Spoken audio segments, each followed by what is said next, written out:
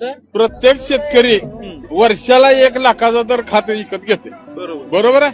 त्याला लावली तुम्ही 18% जीएसटी. 18% जीएसटी म्हणल्यावर 18,000 त्याचं घेतलं एका शेतकऱ्याकडून आणि त्याला पेन्शन दिली 6,000. तुमच्याकडे शिल्लक आमचे पैसे किती राहिले? 12,000. आणि तुम्ही काय म्हणता आम्ही शेतकऱ्याला पेन्शन दिली? काय दिली?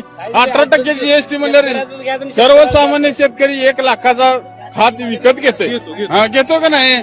मग जीएसटी कशाला त्याला? पहिली होती का जीएसटी? सीएसटी होती का? काँग्रेसच्या काळात कधी होती का? बीजेपी आल्यावर का बरं लागलं असलं सगळं? बीजेपी शेतकऱ्यांच्या विरोधातलं सरकार असं वाटतंय का तुम्हाला? वाटतंय.